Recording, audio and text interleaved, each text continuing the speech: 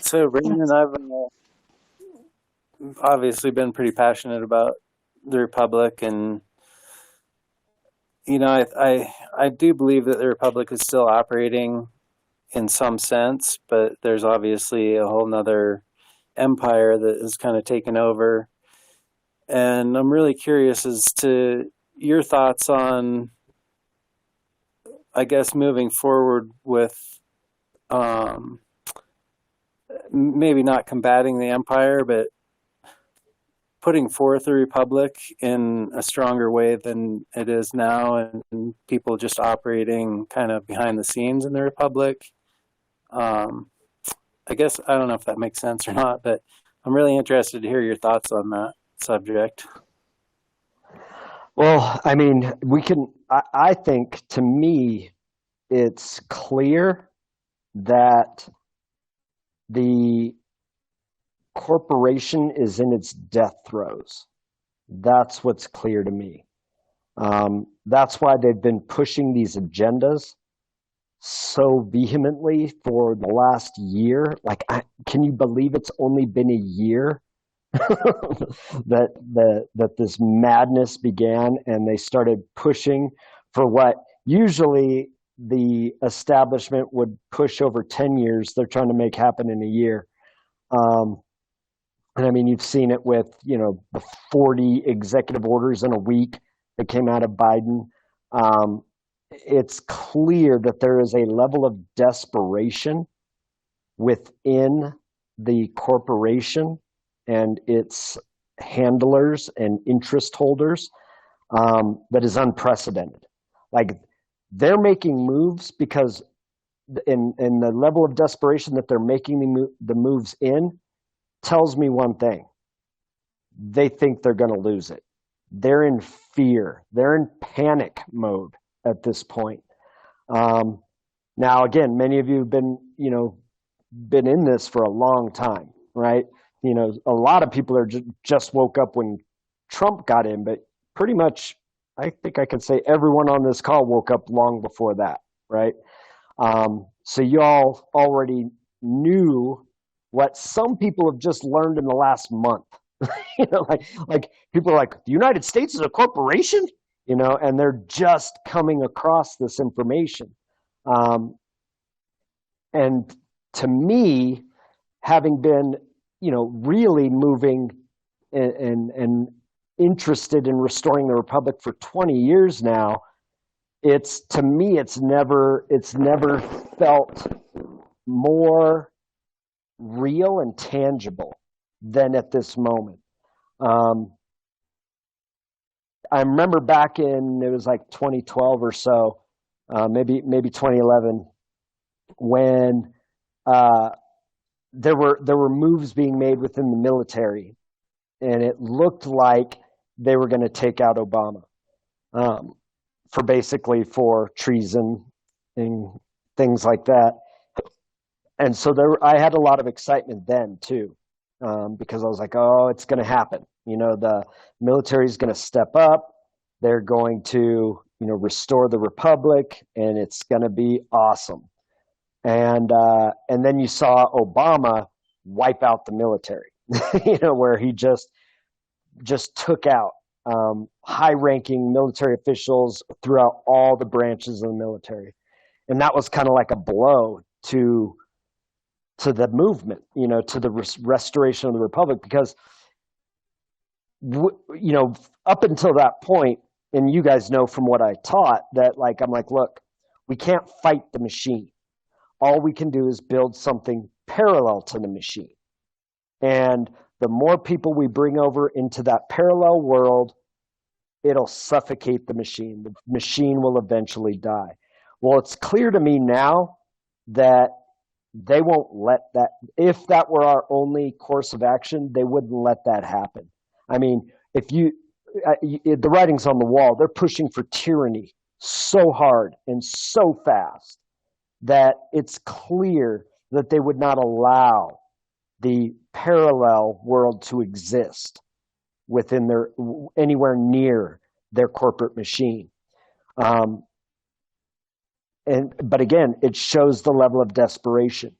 And I say this because when I began in my journey of restoring the Republic 20 years ago, there were a couple thousand people that I knew of, maybe around the world, that were conscious and aware enough to see the distinctions between the two worlds and the possibility of restoring the Republic. And now, in reality, and most everyone else not only asleep to it, but not interested. Even if you completely broke it down to them and they believed you, they were complacent in the world of the machines. Now, there are over 100 million people in this country alone that have woken up and are clear and intentional. They do not want to live in the world of the machines, but they don't know what the hell's going on. And this is what gives me so much hope, in that you have 100 million people that are awake and they're like, okay, yeah, this is messed up. We can't go down this road. Something needs to change. And there's never been those kinds of numbers. Now, I wouldn't say they're necessarily awake enough to realize, even the distinction between the world of the machines and the world of the living, or the corporation versus the Republic. They may not know about that yet, but they're looking for it. They want to know it. They're open to it. And when you have 100 million people fully conscious and aware of the distinction between the Republic and the machine, that is a vast force. This isn't, even if they, created concentration camps tomorrow and started putting us to death, it would take them a long time to really put a dent in that kind of populist movement at this point. So for me, that is a great sign that there are 100 million people at least out there that they want the restoration of the Republic. They just might not know it yet. And what I see transpiring, okay, so I'm just going to take you through my perceptions based on circumstances and conditions. So if we look at like the inauguration, they'd set up what are called, you guys are familiar with Patriot missiles. Remember the war in Iraq when we were shooting down all the Scuds? Well, Patriot missiles are air-to-air missiles, therefore taking out foreign ballistic missiles, or I should say enemy ballistic missiles. And they were setting up Patriot batteries in states all along the eastern seaboard. Now, what's that tell me? That tells me that there is a conflict at some level occurring. And the military is the only one who can put up these Patriot missile batteries. So that tells me the military is conscious and aware of a conflict many of us may not be conscious and aware of. Okay? Not only that, they have these planes, they have these special planes that they fly that are for detecting nuclear material, right? They fly, and they've been flying these planes all over the country. I mean, they were doing it heavy on the eastern seaboard leading up to the inauguration, and they're still flying these planes around major cities and things in the country. Now, here's my assessment of what these little pieces of information mean, and not to mention the fact that it doesn't seem that Biden has any control over the military or even seems to be operating out of the White House. Doesn't look like they're doing press conferences out of the White House. Everything's a facade at this point. So what that tells me is the evidence to me, my assessment of all these seemingly disparate facts, is that the war has already begun between the corporation and the republic. And what it seems to me is that we're probably being held hostage by the cabal, because that's really the enemy, right? The banking cabal runs the corporation. And it seems to me that we are most likely being held hostage, meaning that they've planted either nuclear devices or high-end explosives in major cities across America. And that the threat is that if things get escalated to a point, then these devices will be ignited or activated, whatever. So to me, that's again promising, because I mean, it would really suck to see, Chicago go up in flames, or New York go up in flames, or Los Angeles go up in flames. However, what that tells me is that we're at a precipice, and I spoke about last week, entering the dark night of the soul. And the week before that, I spoke into, well, actually 2 weeks before that, because we actually didn't get a recording of one of our weeks.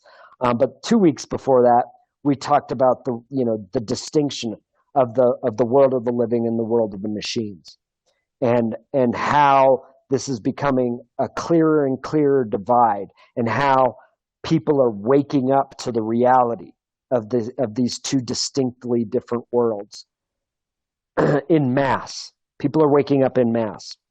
Now, unfortunately, there's a lot of misinformation out there. In fact, I was speaking on another show a couple days ago, and somebody said, "Oh my God, it sounds just like this video." And I go, "Oh, really? Who did it?" And they told me the name, didn't sound familiar. I go, "Oh, send me the video, I'll check it out." And the guy hits on points, important points that you guys would know, from, of course, the central banking system, to the postal system, to the distinctions of the corporation and the republic. And he hits on these points, but the thing is just infused with misinformation, that you can't really get a clear picture of how the world works and what we can do in order to restore the republic, because it's so obfuscated with just false information. Now, I don't necessarily believe that this particular individual is spreading disinformation. I don't believe it's intentional. I just believe that wherever he's gotten his information, or however he's pieced it together, there's a lot of crap in there that doesn't really draw any clear distinctions of what's occurring right now. So for me, having a fair amount of clarity with, the decades that I've put into understanding our system and our history, I can make some pretty clear deductions, because I have a clearer view than a lot of these people running around like chickens with their heads cut off right now, who don't necessarily have a firm grasp on how things work, what our true history is, and the distinctions of the worlds, plural, that we live in. So for me, I have a tremendous amount of hope. I see us on this precipice. We're entering this dark night of the soul as a society, and I see us emerging with a republic and with a sustainable system, and something that will no longer enslave humanity. And I don't see this as exclusive to the United States. And that's why you have so many people around the world focused on what is happening here, because so many people around the world realize that this is global. It's not enough to just take away the cabal's power over the corporation of the United States of America. You must take the cabal down. And if you take it down, that frees all nations. And it also cuts off the lifeline to all the lords of the machine. And so these lords of the machine, and if you notice, the lords of the machine are, are jumping ship all over the world. What was it? Within a 2-week period, we had, 6 governments, complete overhauls of governments around the world, entire branches of government stepping down. There's a reason. The writing is on the wall, and not everyone's convinced the cabal is going to win this.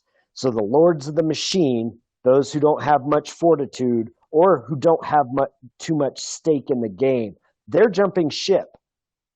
Now the people who have too much at stake, they can't jump ship, right? We talk about like the Clintons and things like that. There's too much at stake. They're either looking at execution or life imprisonment. And so there's too much at stake for them to jump ship. But some of these smaller governments where they're like, there's some corruption, right? And they may do some jail time for what they've done. They're jumping ship because they haven't committed crimes against humanity. They haven't done anything that, even if they get caught, is going to be too detrimental to them. They're the first ones to jump ship. But the ones completely committed are the ones with too much stake in the game. And so I see that's what's occurring now. When you saw, the entire Russian government step down except Putin. And we've all known, or at least I've known, and I've shared with the classes that I've taught, Putin has been in this restoration of the republic and the taking down of the cabal movement since the beginning. He's our longest standing ally in all of this, minus some of the military officials who are still around and made it through the Obama purge. So that is extremely hope. It inspires an extreme amount of hope within me, because it shows that their entire facade, this veneer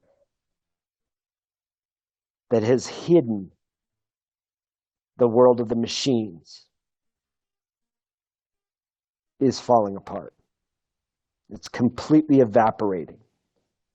It's becoming crystal clear, even to those who are ideologically possessed, that shit ain't right. Something's up. Something's wrong. And so, for our part in all of this, I spoke about this in the talk we did about 3 weeks ago in Smoke and Mirrors. Our part in all this is to make sure that we reestablish our republic with additional checks and balances that would not allow this to ever occur again. And that's a power that resides within us as the people. And when 100 million people wake up, and when 100 million people realize what's going on and how things work, you know how easy it would be for us to implement those checks and balances within the republic? You know how easy it would be to completely undo the corrupt voting systems we have and reestablish a sustainable system of voting that operates with integrity? Imagine that. This is all what's possible right now. We're on the verge of this. And that's why I felt, so compelled to start educating again, because there are 100 million people out there who don't know what the hell's going on. And you all do. You know what's going on. And that's why I said, we need to be the ones that speak up. We need to be the ones who show up for people in such a way that they come to us for the information, and we can pull back the curtain and show them, like, look, it's not complicated.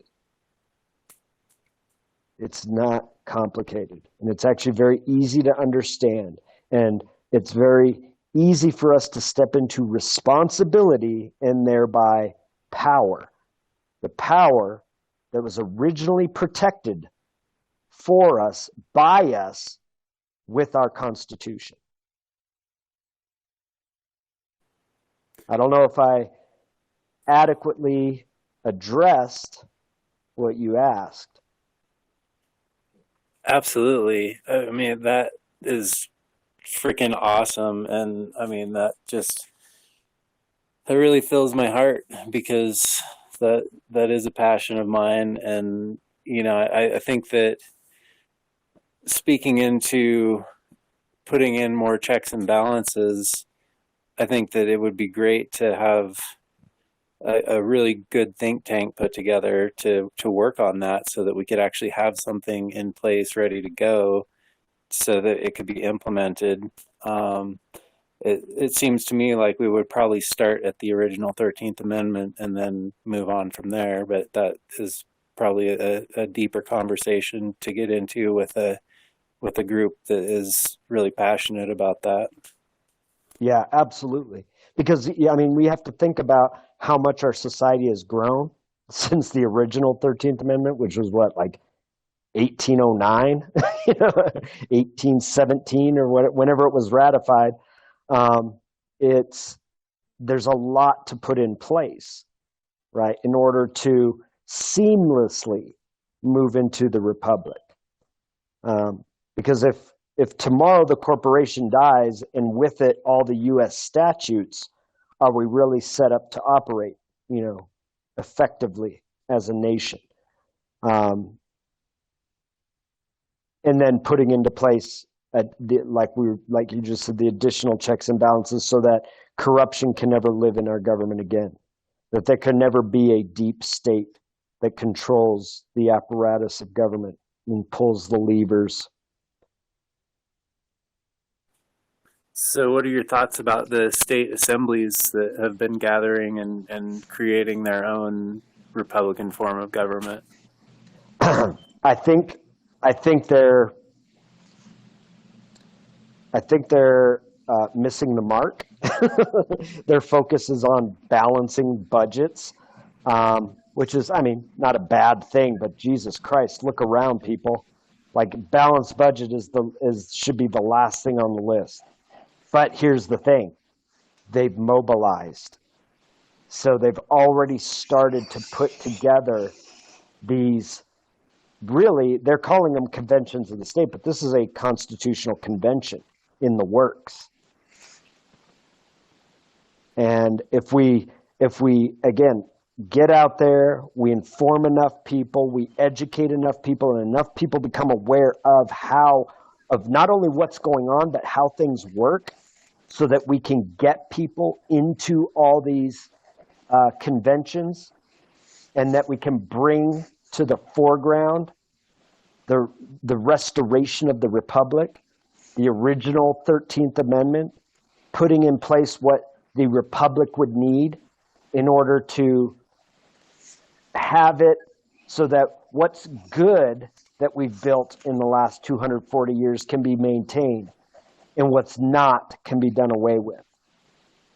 And whatever additional checks and balances, that would come out of these state conventions. Because that's the power. People don't realize that if you have a constitutional convention, it is unlimited, unchecked power of the people. We could do anything. We could rewrite the Constitution. We can get rid of amendments. We can add amendments. We can change the bureaucratic structures. Like, there is no limit. No body, and I mean no body of government, no branch of government, no government officials have any power over the Constitutional Convention. They have zero authority and power over it. And that's why it was left so open.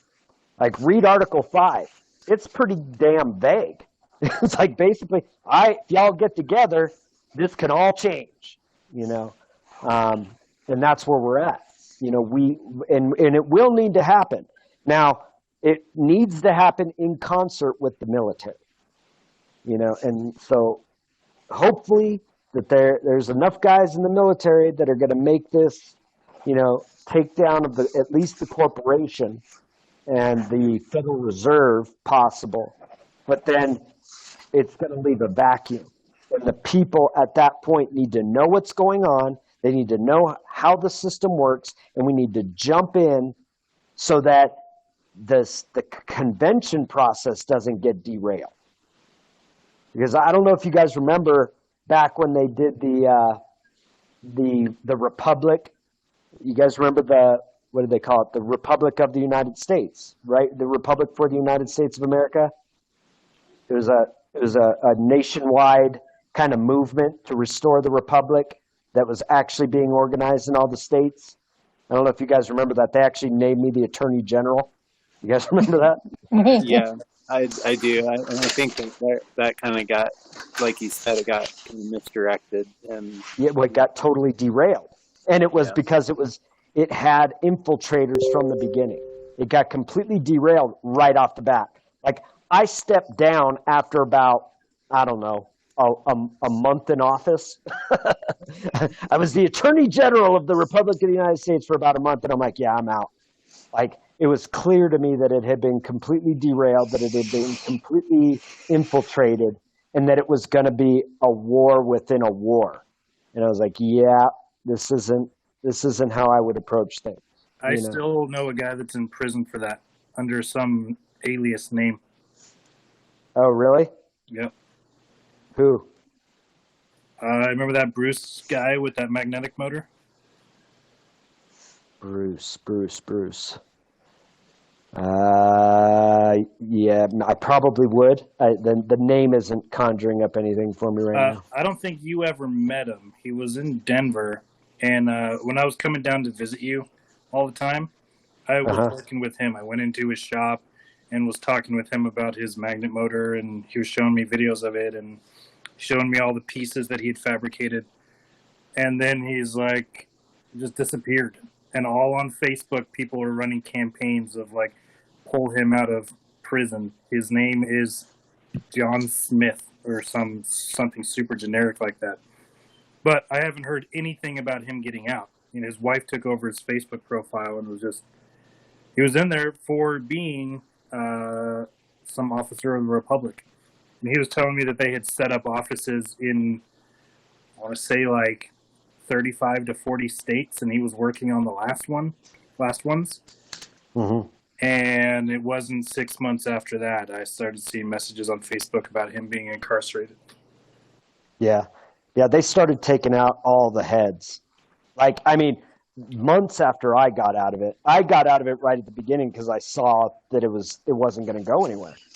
I'm like, dude, you guys have been infiltrated. Like, this is, there are people who are here that are going to intentionally create conflict. This isn't going anywhere. And they took out, like, at least that I know of, 3 or 4 of the cabinet. Brandon. Yeah. You have the pleasure of having a long-term base knowledge of studying and time to dissect the system and get a good foundational understanding of what's at play. And what I've seen throughout the years is, just like you said earlier, you were listening to a video of a guy that, you know, had a lot of hard-hitting facts, but it was peppered with, you know, disinformation that he himself might have been believing it to be truth, but because you have such a foundation, you're able to dissect it. And what I see more often than not, just 2 quick things, is like, take the masks, for instance. I'm so over analytical that I understand that since it's a federally governed type of pandemic, that the store that you're in is jurisdictionally controlled by the state that it's in, which is jurisdictionally controlled by the government, and they're all kind of forced all the way down to do the CDC guidelines. And so when I see actually they're not forced, and this is why we even have to educate our own legislators. Here's the thing: you said it yourself, invoking the republic. Yes. In reality, the city you live in can vote to ignore all of the guidelines and to ignore all of a governor's edicts. Your sheriff has more authority. Your county sheriff has more authority than your governor. And your state legislature has more power than the United States Congress. I guess you know, when they put out these like these and gun we're control, actually finding that he is Hey, Ginger, can you mute your phone? he's kind of you're unmuted. he's losing control. And because we have this one attorney that's really going after him like a pit bull. And then we're all, you know, we've kind of created a group, a lot of the restaurateurs in the state all just kind of got together. It's like all us little guys just came up and rose up, and we're like, we're not taking it anymore. And I see it really as being really cool, but it's like you said, people don't know the laws, and they just kind of go along, like they go along with whatever the governor says. And I'm like, whoa, wait a minute. Governors can't make laws. Yeah, that's not how it works. No, she was, Ginger, you got muted.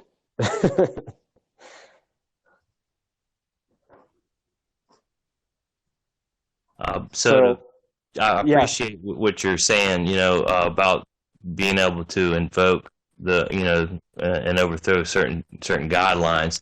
But on an individual level, the people that want to protest, the store owners might not know this knowledge. They might not know that, you know, they're able to go against the grain. So in their mind, they're thinking, if I see you in my store without a mask on, I'm going to get shut down. So I'm going to enforce this rule. And then another thing I wanted to say was, when I see people getting just a little bit of knowledge, they go running. They go running full speed, not knowing. Like, I have a right to travel. Oh, I'm going to hop in the vehicle and I'm just going to haul butt, you know, not knowing that your vehicle is registered to the state. You know, you're going to flash your driver's license when you get pulled over. You know, they have no clue. Anyway, I just wanted to touch on this. Yeah. And again, I think you're speaking into what I feel is an important point, because it is that invoking of the republic. In fact, I believe it's in Arkansas, the state legislature is passing laws that will nullify all the federal gun regulations. And so all these gun regulations that the federal government puts out will be completely ignored in Arkansas, and they have that right. Because the federal statutes only apply in Washington, D.C., Guam, the American Virgin Islands, and Puerto Rico. And I can't hear anybody. You can you hear us now? Now, yeah, I can hear you now. Okay. Can you say that last part again, Brandon? Puerto Rico, Guam? Oh, I said federal statutes only apply in Washington, D.C., Puerto Rico, Guam, and American Virgin Islands. Right. That's the only place they automatically have any power. Now, if your state legislators just lay down and let every federal statute be applied at the state level, well, then they apply there too. But like I said, in Arkansas, they're nullifying all federal gun laws because they have that power. That's invoking the republic. It's the same thing that allowed Colorado to legalize marijuana before everybody, while it's still federally illegal. Yep. And to that fact, that's why when Colorado legalized weed, there were certain counties within Colorado that still made it illegal. Yeah, because your county, that's the republic. The people are at the top of the pyramid, then the county, then the state, then the federal government at the very bottom. That's how the republic operates.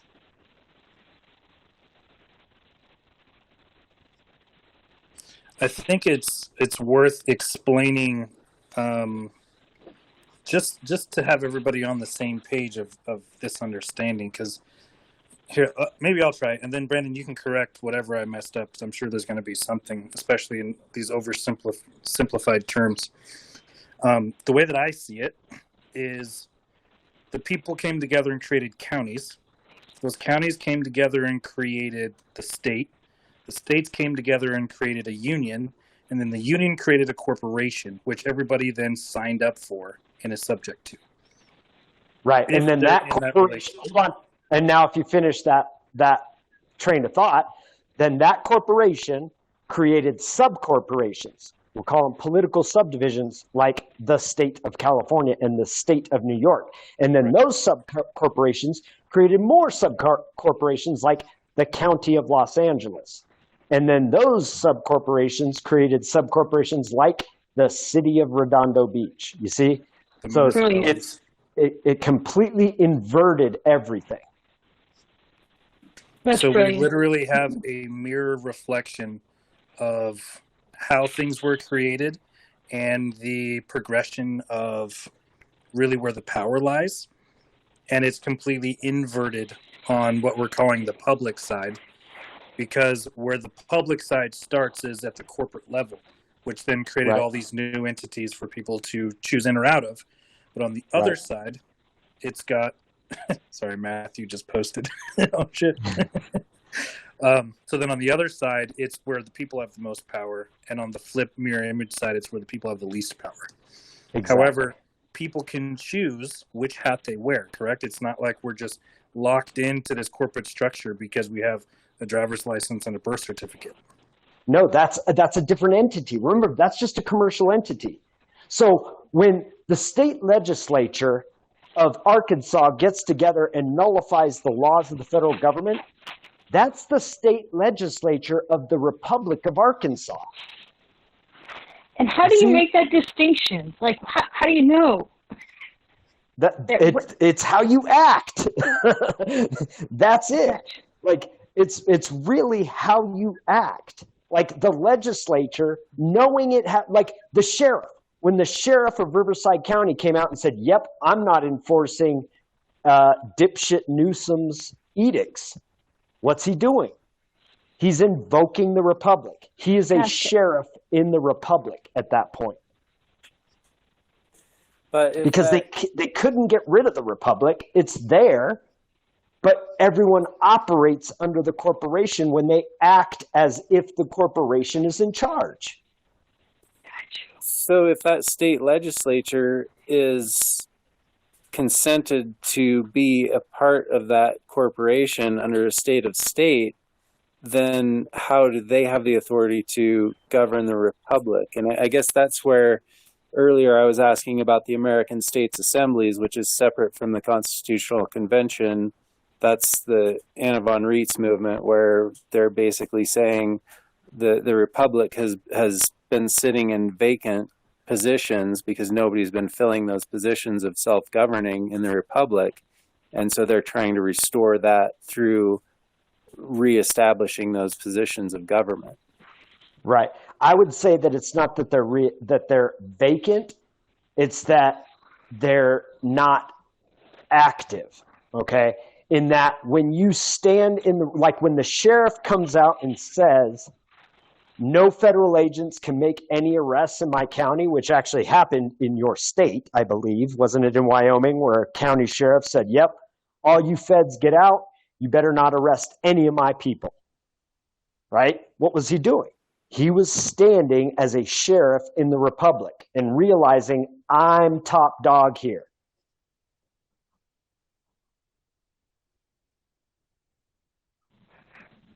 So then, Brennan, if we take that position and not take that position, if we understand it this way, when the sheriff is top dog, what is the experience of that versus acting in the corporation?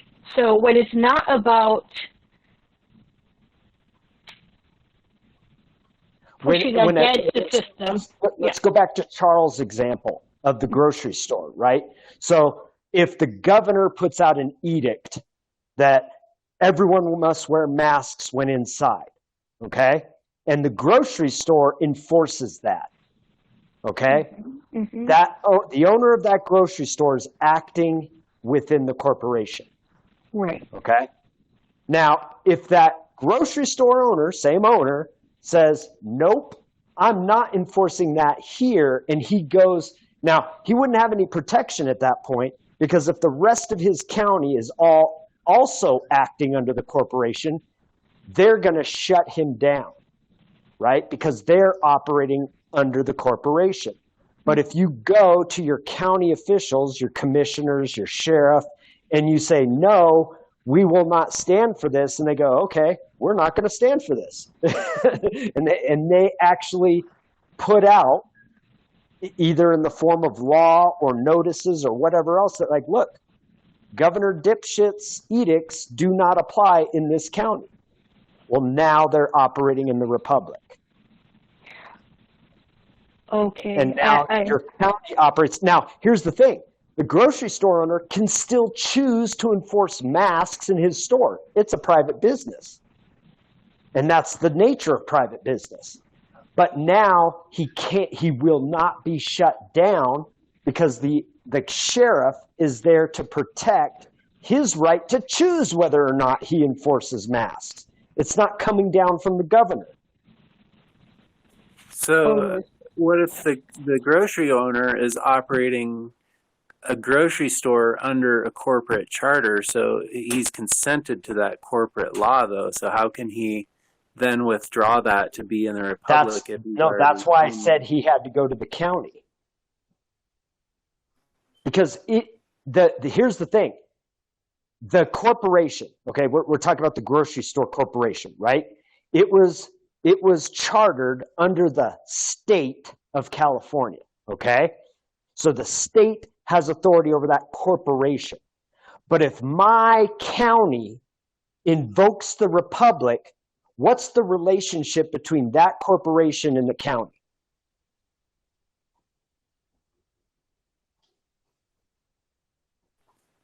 Anyone? that corporation is still incorporated under the state of state and not under the county. It's not recognized, right? So what's that corporation's relationship to the county? Well, it's subservient then. Well, it's a foreigner, right? It's a foreign entity to the county, is it not? Yeah.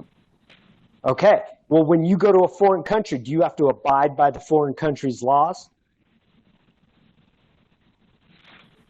Yep. Yeah.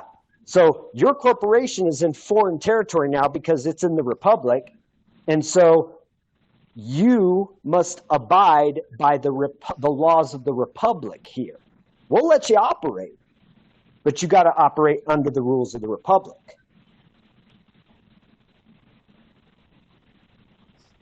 Oh, fascinating.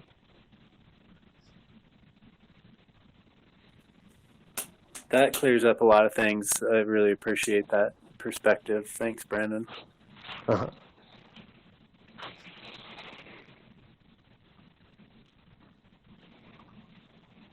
So let's go back then to these conversations of invitation, Brandon, and let's go back to the day-to-day, the mask, the neighbor, the individuals that come out with some passionate position on something. For example, I have a neighbor, did you get your shot? Now he's 80. He's forgotten that, one, it's not my time, and two, I'm not even going that route. I have not had that conversation with him yet, because he then quickly took a position like, don't be afraid to get the shot, you need to get the shot. So anyway, I just thanked him and we went on. But in these conversations, I am waiting for this invitation. And so what I generally do is wait for a pause or a question. And I I need to be better versed in the talk track, if you will, that the bite of, how quickly I can plant that seed in a way that's interesting enough to have a further conversation. So you taught me, or you taught many, the power of the question, right? Right. And so what kind of questions, can you just remind me again what kind of questions I can lead with to be even a better invitation offer into, okay, so these conversations, somebody says, fucking Biden is president, right? Fuck, or you don't wear a mask or whatever it is. What would you say? What are these common people invitations? Yeah, well, as somebody who's ideologically possessed, I don't know if you're going to necessarily be able to ask them a question that's going to make them actually question their reality. That's a big one, right? Biden is president. That divides this country right now, because there is a huge swath of the population that goes, nope, he is not the president. And there's another large percentage of this country who's like, yep, absolutely, no cheating here. It was all legit, right? So that's the reality, So can you necessarily ask a question that's going to make someone question their reality? Not necessarily. My instinct would be, Brandon, not to worry about the big picture yet, but to go. So the conversation I was having is, tell me more about why that bothers you, or tell me more about why you feel so strongly about that, and not worry so much about the world, my worldview, or a different worldview, or all the worldviews out there. But I still need to get better. Okay, got it. Yeah, that's an effective way to actually be able to have a conversation with someone. It's not going to, you're not going to be able to, ask a question with an assertion like Biden is president, because that's what they've done, is they've made a declaration of their reality. So, but you can, through other types of questions that aren't directly, rebutting the presumption of their reality, that can lead you into a meaningful conversation that most likely would have nothing to do with Biden as president, right? Because that's not a conversation they're open to at that moment, if they've made that declaration. Now, if they had some sort of questioning of their reality in their statement, like is Biden the legitimate president? There's an opening, and so it's because you can already tell, like within their question, there is doubt as to the nature of reality, right? So you can ask questions that'll take it deeper, as opposed to just coming flat out and saying, nope, he's not, you could start to ask questions that, well, let's go somewhere with that question, right? Is he the legitimate president, And then you can, ask questions about the Electoral College and the state, and how election guidelines or laws are set by the legislature, and how when a Secretary of State or a governor or a judge decides to change those laws, they don't have any merit because they are not the state legislature, right? So you can actually start to pull apart, and dive deeper into that question through other questions and through assertions and things like that will kind of uncover things, Another really interesting question with that could be, well, is he a president of the republic or a corporation that chooses to allow elections to happen by fraud? Right. But not throwing the fraud thing out because that's a trigger word, but right. Is he president of the republic or a corporation? What's your belief here? Well, but you got to realize that that's not a part of many people's reality. Again, that's been part of your reality for many years. But some people, even like the hardcore Trump people, they're just now realizing that there's a corporation. Like just now. Like in the last couple of weeks. They're just now figuring it out.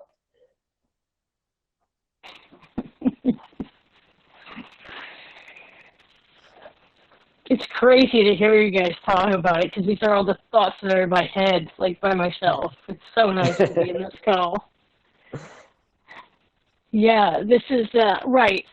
So because it could easily, this is the art of the delivery, because it could easily sound like some crazy conspiracy neighbor, right, or Right. colleague. That there's a gentle and educated way to deliver this kind of information, much like anybody would deliver wisdom. Yeah. What I would say is, avoid dropping truth bombs. Like, don't be bombing people's reality, because all they're going to do is run into the bunker. Right, exactly. Okay. There's a reason why we did so many stretches through the leadership trainings. That's because people can get really comfortable in their own world and not be willing to change and get out of that space. And so you walking by being like, hey, did you know that there's a United States and a United States of America? Someone's going to be like, you're crazy. Because I've built my entire life off of identifying as an American and holding all of this pride, and my whole life and all my family and everything is centered around how I've identified in all of this stuff. And so you going in and challenging something that they have unconsciously assumed about their country for their entire life is a threat to who they are, I won't say who they actually are, but who they believe they are. Right. So you're like walking up being like, no, your name's not really John. That's just your straw man. They're going to be like, excuse me. Like, do you want to fight about this, or do you want to just... Yeah, it's funny because a question I've asked of government agents and of judges when the term United States has come up, I say, well, what do you mean by that? And of course, you typically get a stupid look like, well, it only means one thing. I go, well, really? Because in the United States Code, there's 17 different definitions for United States. So which of those 17 are we talking about here? God, I'd love to see those 17 definitions. Yeah, it's almost every title has a definition section, and sometimes they have definitions within the title itself. But it's what's interesting is when you understand maxims of law, like inclusion of one is exclusion of all others. So like they'll have something like they'll define United States as United States includes Washington, D.C. So what does that mean? Most people assume that to mean it means all the states and Washington, D.C. But in that definition, it means Washington, D.C. That's it. Inclusion of one is exclusion of all others. I actually ran into that reading over WhatsApp's terms of service, their privacy policy today, because they're supposed to, pretty much give over all your data to Facebook and their marketers on the 8th. But they pushed that back. That's tomorrow. Anyway, I was reading that, and I was even watching some videos of people talking about it. And one guy says, hey, look, right here in their definitions, it says, we only share information with our clients to include, I forget the exact term, business accounts only, or business accounts.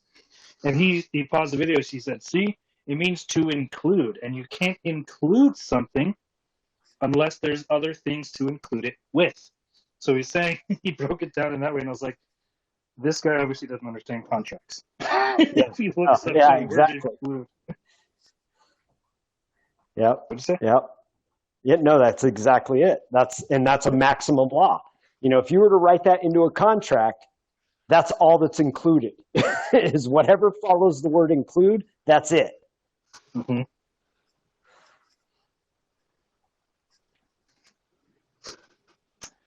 Yep.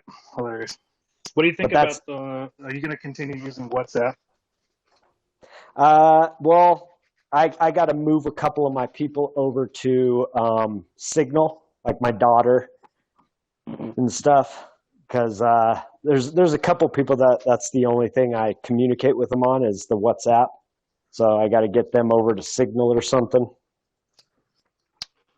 Yep, that's the same with me. I got a couple people in Spain, but WhatsApp has an entirely different terms of service for European countries because Because Europe is like, fuck you, you're not going to be taking everybody's data, yeah, exploiting it. exactly.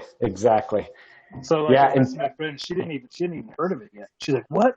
They're doing that with everybody? I'm like, pretty sure. And as soon as I go look it up to send it to her, it was like, here, terms and conditions for the European Union and not for United States, totally different.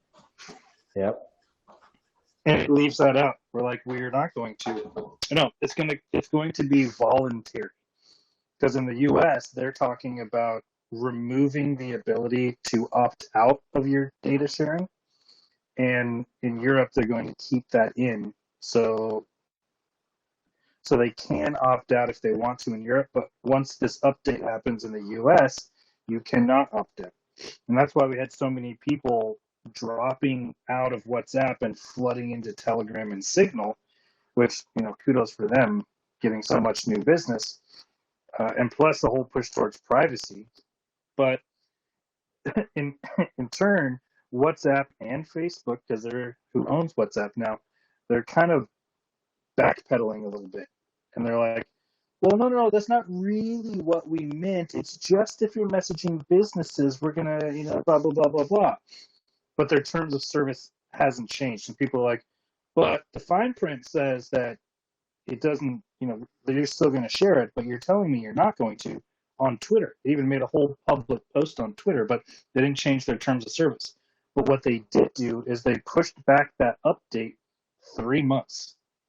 So instead of tomorrow, it'll be 3 months from tomorrow.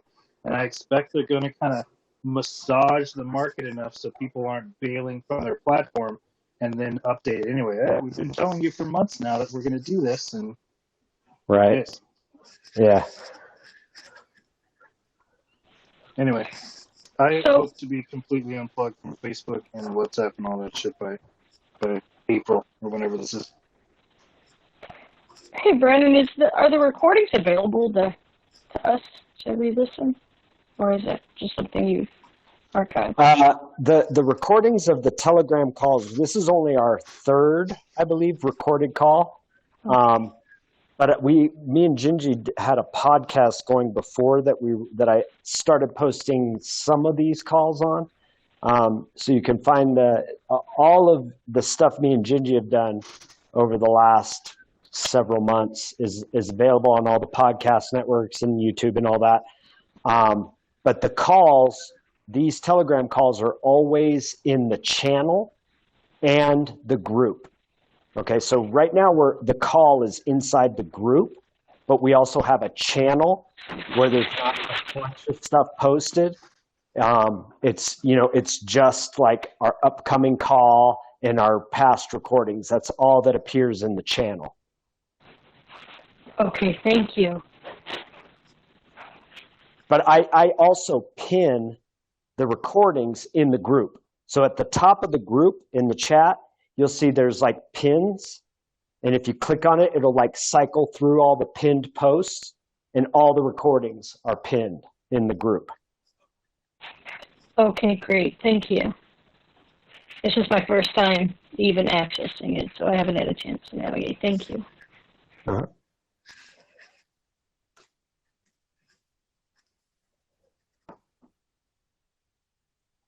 All righty. That was a good discussion, good conversation. Thank you guys so much. It's great to hear you. It was very valuable. I hope you have a wonderful week. You too. I hope you do too. And if there's nothing else, if you guys got anything else, we can address it before we call it a night. Gingy, you want to do after hours tonight? Gingy, you're muted. Yes, sorry about that. Yeah, I'm down for an after hours call. All right. You want to start in like an hour? That'll be 10 o'clock my time. Yeah, how about 30 minutes? Is that better? 30 minutes. I can do 30 minutes. Cool. Well, we'll say about half past, so we'll go in 25 minutes. All right. All right, guys. So we'll be back on here in about 20, 30 minutes. We do what we call our after hours call, which is we just shoot the shit about all kinds of craziness. We don't record it or anything. So it gives us the freedom to talk about anything and everything and going anywhere, knowing that it won't be ridiculed and examined by anyone after we've done the call. So if you guys want to take part in that, we'll be on here in about 30 minutes. Other than that, I wish you all a good night. Thank you all for being present.